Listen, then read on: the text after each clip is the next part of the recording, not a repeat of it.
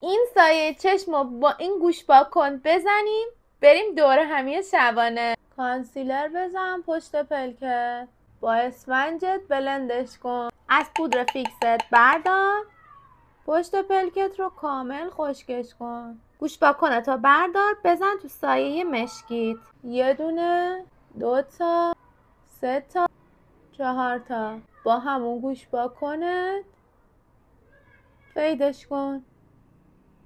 یه مداد مشکی بردار، داخل لثه چشمت رو مشکی کن، بالاش هم همینطور. همون گوش کنت بردار بزن تو سایه مشکی، بن مژهات رو مشکی کن، به سایه بالات وصلش کن، داخل چشمت رو هم سایه بزن. حالا از یه سایه شاین بردار، پشت پلکت رو شاین بزن، ریمل بزن، پودر فیکستو پاک، جلوی چشمتو مداد بکش و تمام. این ویدیو رو بفرست واسه اون دوستت که نیازی به براش نداشته باشه.